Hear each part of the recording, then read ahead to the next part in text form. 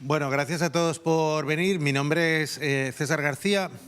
Trabajo como investigador independiente en temas de, ahora mismo, sobre todo de inteligencia artificial, y quería hablaros sobre calidad de datos abiertos y públicos y la relación con la inteligencia artificial para que reflexionemos un poco y le demos vueltas a la cabeza en cómo lo podemos utilizar. Antes de estar independiente he estado 14 años en el Ayuntamiento de Madrid, así que también la parte de la administración la tengo bastante conocida y bastante trillada. La idea de la presentación de hoy es hablar sobre datos abiertos en general, hablar sobre calidad de datos y también tratarlo de bajar y traer algunas de las últimas novedades y bueno, pues ver cómo se pueden integrar con todo este mundo de la inteligencia artificial, que supongo que ahora mismo es lo que está sobre la mesa y que tenemos la conversación todos los días o cada rato. Lo que vamos a ver es que en algunos casos pues, la inteligencia artificial tendrá sentido y a lo mejor en otros muchos pues, nos va a añadir ruido y no nos va a ayudar precisamente. Prácticamente todos seguro que conocéis los datos abiertos que surgieron a partir de la Ley de Transparencia, una ley donde bueno, pues empieza a promoverse que las administraciones empiezan a compartir estos datos con el fin de que haya una rendición de cuentas, una transparencia y que la ciudadanía pueda conocer mejor lo que se está haciendo, pero también en general pues implicarse de otra forma con respecto a las administraciones. Es aquí donde surgen todos los portales de datos abiertos, los portales de transparencia y empiezan a aparecer en todos los ayuntamientos y ministerios datos.madrid o datos.barcelona o Bilbao o Euskadi.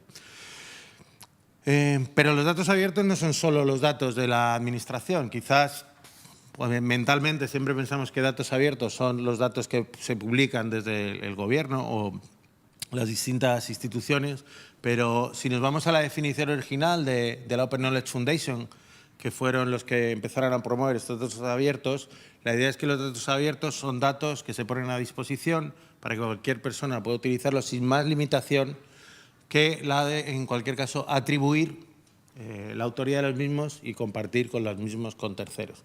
Es decir, podríamos tener datos abiertos también que no fueran necesariamente publicados por las administraciones y esto también es lo que se está promoviendo ahora con toda la cuestión de los espacios de datos, es decir, dar un marco en el que más entidades empiecen a compartir sus datos para generar más valor grupalmente. Si miramos el número de datasets, y esto es de ayer, en un año se han compartido 10.000 datasets nuevos. O sea, esto vamos creciendo. Si os fijáis, aquí en la pandemia hubo un salto brutal en el año 2020, casi se duplicó. Parece que el confinamiento llevó a la gente a necesitar más datos y a pedir más datos y esto hizo que aumentara muchísimo el número, pero como os digo, es una tendencia que no para. Y si lo miramos a nivel europeo, todavía es algo más grande, ¿vale? Estamos hablando de casi de 1.750.000 datasets y seguramente pues, en un par de años estemos en 2 millones de conjuntos de datos. Desde Europa se están proponiendo nuevas formas de intercambiar esos ficheros con los espacios de datos y también ya se ha establecido que hay unos datasets de alto valor que se tienen que compartir, idealmente ya, o sea, estamos como con el deadline. ¿Para qué? Para tener un impacto económico positivo. En el Data Act nos cuantifican este impacto de cuál es el valor que va a tener todos estos datos abiertos y los datos que se van a compartir de tipo industrial y demás. Y bueno, podéis ver que es un tamaño bastante considerable. ¿Qué ocurre? Que durante estos años la métrica ha sido esa curva ascendente, ¿no? ¿Vamos bien en datos abiertos? Sí, porque hay más. Bueno, está bien que haya más, pero si los datos son buenos es muy positivo. Si los datos son así, pues... Bueno, el año pasado ASEDIE, que es la asociación del sector infomediario, preguntó a los usuarios finales qué opinaban respecto a los datos abiertos, en este caso del sector público, y dijeron que los datos no tenían la calidad que esperaban, que a veces se compartían datos distintos, entonces cuando querían hacer una investigación, un ayuntamiento tenía que publicarse unos datos y el ayuntamiento al lado no los tenía, ¿no? Que a veces no se actualizaban, que había portales que tenían los datos ahí y que ponía que cada mes se actualizaba y que llevaban 3 años el mismo fichero, ¿no? Eso es realmente un reto para que el usuario pueda hacer un uso consistente de los datos y pueda sacarle valor. Voy a enseñar ejemplos reales. Estos son ejemplos de conjuntos de datos. Si miramos las columnas, esto es un un fichero de fuentes de agua. Todos los ayuntamientos llegaron a la conclusión de que una de las cosas interesantes era saber en cada municipio dónde puede beber la gente. Es un ejemplo sencillo, comprimido en cuanto a columnas, pero si veis ahí el cuadro rojo, podemos ver algo que seguramente nos llame la atención, ¿no? Fecha, datos, 45.000. Aquí, fecha, datos, 31 de octubre. Bueno, 31 de octubre parece un dato, una fecha, pero 45.013, ¿esto qué es? Y 44.925.0, esto es una fecha, ¿en qué lugar? En Excel, que es el origen de buena parte de los males. El Excel tiende a, cuando no le decimos nada, a guardar las fechas así, como el número de días que pasaron desde que se lanzó el programa. Rarísimo, pero ¿cómo llega esto a un portal de datos abiertos? Y cuando un ciudadano quiere comparar si hay más fuentes o menos fuentes, ¿cómo puede comparar si en cada fichero tiene cosas que ni siquiera aparecen fechas? O sea, esto es realmente un reto y la verdad es que los humanos solemos tener buen ojo para detectar estos problemas de calidad. Miramos así y decimos, esto no parece una fecha. Pero cuando queremos empezar a verificarlo con programas, la cosa se complica un poco.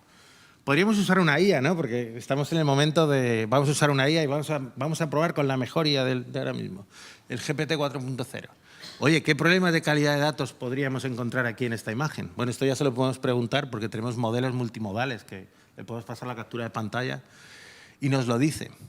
Y el problema que nos podemos encontrar es que muchos de estos modelos tienen alucinaciones, nos van a dar respuestas, nos van a contar algo. Y a veces se enteran muy bien y dicen, oye, es que hay coordenadas que están repetidas, las fechas son inconsistentes, pero también dicen cosas que no tienen ningún sentido, como hay duplicados en los registros, hay filas que son lo mismo. Claro, él no tiene el contexto de que estos son varios ficheros de varios años y dice, ojo, que pone lo mismo. No está lista la IA, no, es que no tiene contexto para tomar ese tipo de decisiones. Así que cuando le vayamos a preguntar, a lo mejor tenemos que pensar si le estamos dando contexto suficiente o si no. Y pensar que nos podemos encontrar con que parte de las cosas parecen respuestas buenas, pero que no lo son, ¿no? A veces es muy listo y a veces no. Si le volvemos a preguntar ya por el fichero y le decimos ¿qué ocurre? Dice, en la columna de datos parece que faltan 11 valores. Que sean números enteros o que no sean fechas, le da igual. Eso debe estar bien, ¿no?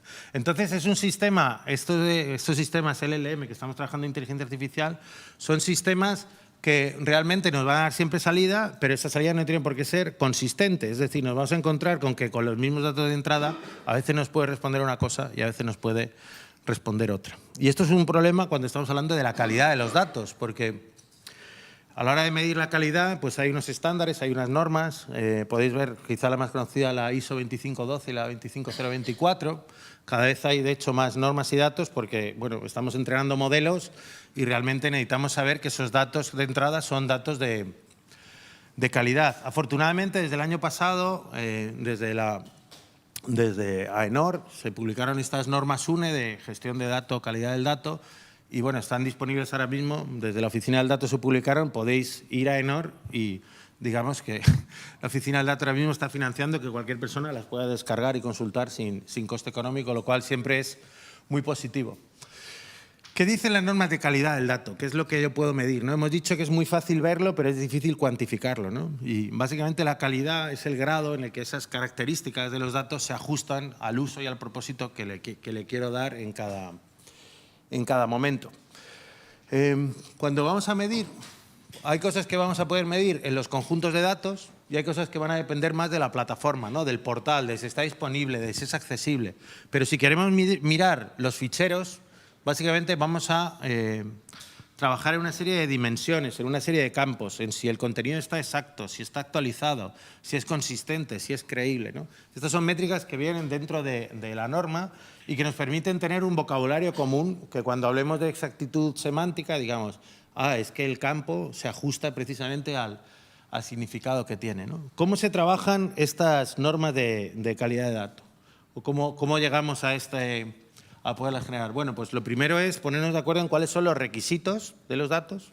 Luego esos requisitos los vamos a convertir en unos requerimientos ya de calidad, en algo tangible, en unas normas, y a partir de ellas vamos a poder empezar a calcular cuestiones, ¿no? Si queremos buscar un ejemplo, tenemos, por ejemplo, cada usuario de nuestro banco va a tener un IBAN o cada persona va a tener una cuenta.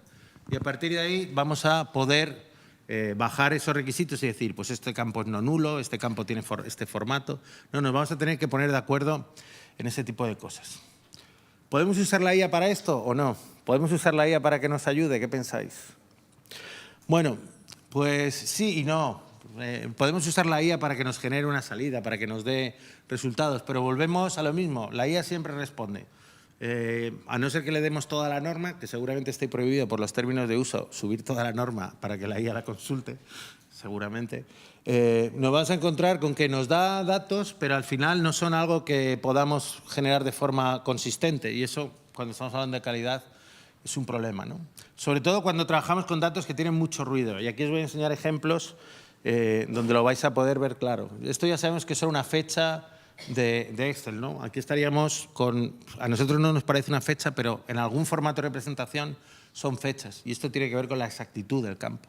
Podemos encontrar también, por ejemplo, en este caso son conjuntos de datos de múltiples años en el que se produce como una escalera invertida. Según pasa el tiempo tenemos más datos, pero no son consistentes muchas veces con los campos anteriores.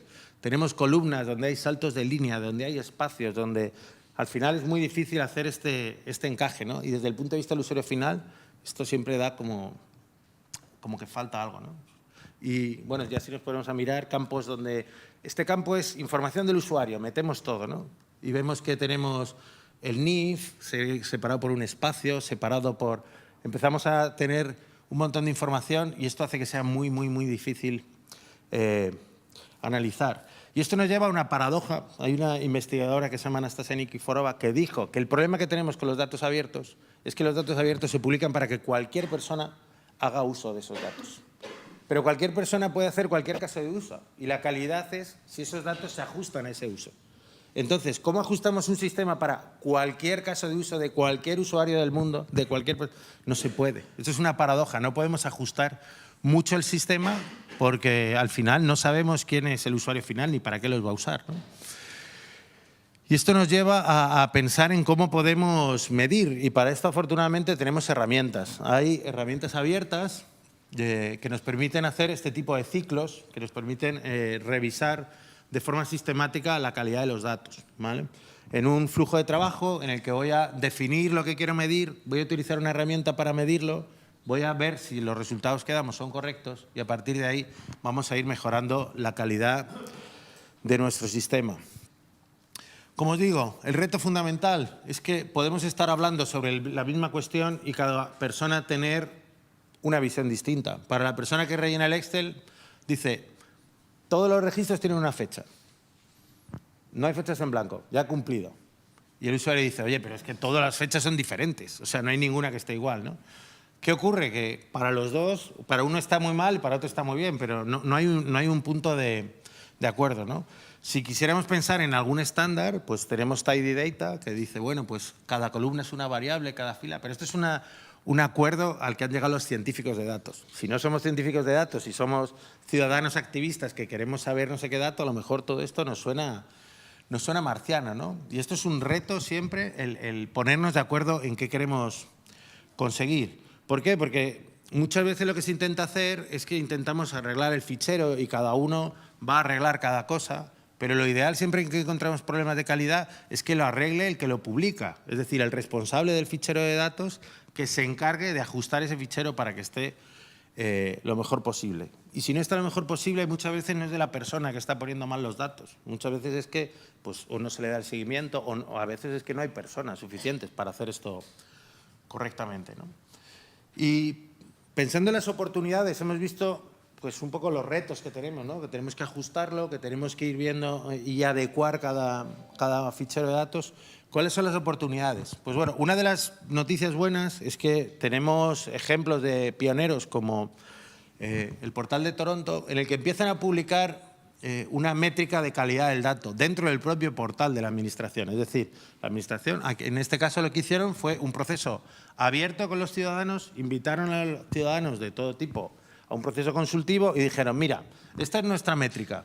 Lo más importante para los usuarios es que sea usable, que las columnas se puedan leer, que los valores sean constantes, que cuando trabajo con geometrías, bueno, hicieron una fórmula y esa fórmula la aplican a todos los conjuntos de datos de su portal. Es decir, ellos han tomado unas métricas, esto que veíamos antes de esas dimensiones concretas, han hablado con el ciudadano y le han dicho, oye, ¿qué nos interesa medir? Porque es imposible medirlo todo. O sea, de hecho, si probáis cualquiera de estas generadores de IA, pues podéis generar para un conjunto de datos decenas, centenas, miles de métricas, ¿no? Porque puedes medir cualquier cosa, pero no todas las cosas son igual de relevantes. O sea, no es lo mismo que mi columna se llame I de 0, que dices, ¿y esto qué significa? Que la columna se llame ubicación-parking, ¿no? Son conceptos que a lo mejor que luego alguno de esos campos esté vacío, pues no es tan relevante para el usuario final, ¿no? Y haciendo estas métricas, realmente lo que podemos hacer es adecuarnos mejor al uso y al propósito. Así que una de las claves para esta próxima década desde la administración es intentar conectar mejor con el usuario final, abrir procesos, preguntarle, oye, ¿qué os resulta más relevante, ¿no? Ser capaces de definir aquí precisamente en esta fase de planificación mejor esos requisitos y mejor, de una forma mejor no para nosotros solo, sino también para el usuario final, ¿no? De cara al uso de la IA, el uso que creo que ahora mismo tiene más sentido es tratar de automatizar la generación de validaciones. ¿Y esto qué significa? Pues que nosotros tenemos nuestras reglas definidas de forma clara en un fichero, en un PDF, pero luego necesito código para validarlo. Pues bueno, los modelos de lenguaje precisamente son muy buenos ajustando cosas en la entrada en formato común, en lenguaje natural, ¿no? Y yo podría, por ejemplo, decirle, oye, yo quiero que todas mis columnas sean en formato fecha. Bueno, pues hay una función que se llama expect columns to be, no sé cuál, que precisamente verifica esto. Este chequeo de aquí abajo también verifica que la fecha sea formato adecuado. Podéis elegir la herramienta que queráis y lo que hay que trabajar es en esa conversión utilizando la inteligencia artificial de tengo una descripción de un ciudadano o de un usuario final, la voy a convertir en código y ese código ya lo podéis integrar en el proceso de verificación, en el proceso de prepublicación. Antes de la autorización se puede hacer un informe para validar esto, ¿no? La idea es que podemos pasar de PDFs a código. Aquí, por ejemplo, los distritos. Madrid tiene 21 distritos. Pues sabiendo yo esto, puedo decir, hay 21 distritos, comprueba que el código de distrito esté dentro de estos valores. Este tipo de cosas nos van a permitir generar artefactos que van a permitir, a la vez, validar. Este es el uso donde creo que podemos sacar mayor valor a la inteligencia artificial hoy en día, porque podemos. O sea, estos modelos de lenguaje, justo lo hablamos antes, son cada vez más potentes y este tipo de cosas la hacen muy bien. ¿Cómo? Pues yo mi recomendación es que empecéis con una cosa que se llama aprendizaje en contexto, en el que añadimos información antes de la consulta y pedimos que se genere… Ahora mejor, perdón, que me estoy moviendo. Gracias, Mario. ¿No? Y le vamos a pedir que nos genere ese LLM la salida del código, ¿vale? Esta es una de las ideas, darle el contexto. Esto puede funcionar, según lo que estéis generando, puede funcionar mejor o peor. Si vemos que es muy complejo lo que estamos intentando hacer, podemos irnos a un modelo fine-tune, un modelo afinado, en el que básicamente generamos un montón de preguntas y respuestas válidas con nuestros datos y partiendo de un gran modelo de lenguaje existente, lo personalizamos para nuestro caso de uso. ¿Vale? Aquí lo que estamos aprovechando es que hay muchísimas compañías hoy en día que están poniendo a servicio, a disposición del usuario final, con licencias muy permisivas, grandes modelos de lenguaje que cuestan muchísimo entrenar y que lo ponen en bandeja para que lo podamos afinar para cada uno de estos casos de uso. Si nos queremos ya poner muy sibaritas, ahora la tendencia en el mundo de la IA es utilizar agentes y podríamos hacer un ciclo también de verificación en el que le pedimos a nuestro modelo de lenguaje que, dada una descripción, nos genere un código y le pedimos luego a un agente que coge ese código, lo valide y nos diga, pues sí, este código que hemos generado es bueno. Si no, que nos lo vuelva a generar. Esto se puede empezar a automatizar ya. Y pensando un poco en la Carta de los Reyes Magos de futuro, y por acabar, creo que estamos en el momento en el que una vez que tenemos todo este código para validar, igual que estamos publicando en nuestro portal de datos los datasets, también podemos publicar las reglas de validación, de tal forma que cualquier persona pueda decir, ¿y esto cómo sabéis que funciona? Pues mira, aquí tienes el código para validarlo. Es decir, esto nos puede ayudar a ese ciclo virtuoso en el que alguien puede decir, ¿se os ha olvidado mirar esto? Ah, vale, pues hagamos el código y así, para la próxima vez, ya lo vamos a detectar en una fase más temprana, ¿no? Podemos implicar también a la ciudadanía y a cualquier otro usuario en estas fases finales de verificación, ¿no? También decir, utilizo siempre ejemplos del Ayuntamiento de Madrid, que acaba de publicar una regla, o sea, una guía metodológica de calidad de datos hace un mes. No sé si es de irlo presentando una y otra vez la necesidad de la regla de calidad de datos, pero bueno, está bien que todas esas reglas y todo lo que vayamos aprendiendo se comparta también para que todos vayamos aprendiendo sobre este caso, ¿no? Y pensando en un caso de uso que puede ser de utilidad para todos los que estamos aquí, hace unos años la FEM, la Federación Española de Municipios y Provincias, publicó una guía de cuáles son los 40 conjuntos que todos deberíamos publicar, donde hay incluso los campos mínimos, que es lo que deberíamos publicar todo, ¿no? Bueno, pues utilizando esa IA podríamos generar código abierto para que cualquier ayuntamiento de España pudiera verificar de forma fácil antes de publicar sus datos, ¿no? Esta es la idea de utilizar esa IA, no replicar esfuerzos, compartir código y a partir de ahí pues, conseguir más calidad y, bueno, cantidad siempre vamos a crecer, pero creo que esta década es la década de la calidad de los datos, porque toda esta pirámide de valor se sostiene en datos de calidad que sean utilizables. Y nada más por mi parte. Gracias.